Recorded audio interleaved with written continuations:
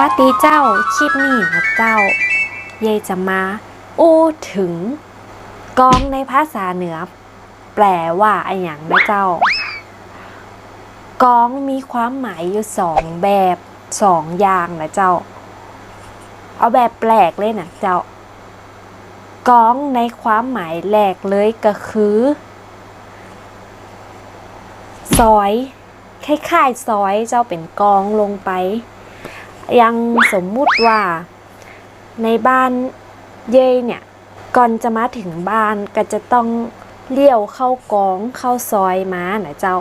แล้วก็ตรงมาเรื่อยๆถึงจะเจอบ้านนะเจ้าถ้าบ่เลี้ยวเข้ากองก็จะบ่ปะซอยเลยอันนี้คือความหมายแรกส่วนความหมายที่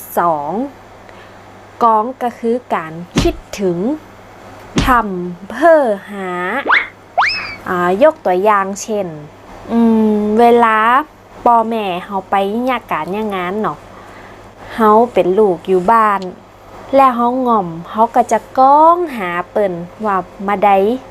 เปิ้นจะปิกกลับมาบ้านก็ประมาณนี้นะเจ้าร้องแต่งประโยคกันเข้ามานะเจ้าเกี่ยวกับกอง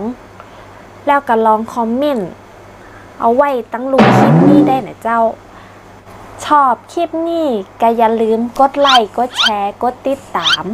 แล้วก็กดกระดิ่งให้เย้ยเป็นนะเจ้าจะได้บ่พลาดคลิปใหม่ๆและเป็นกำลังใจให้เย้ยนะคะในการทำคลิปต่อๆไปตัวนะเจ้า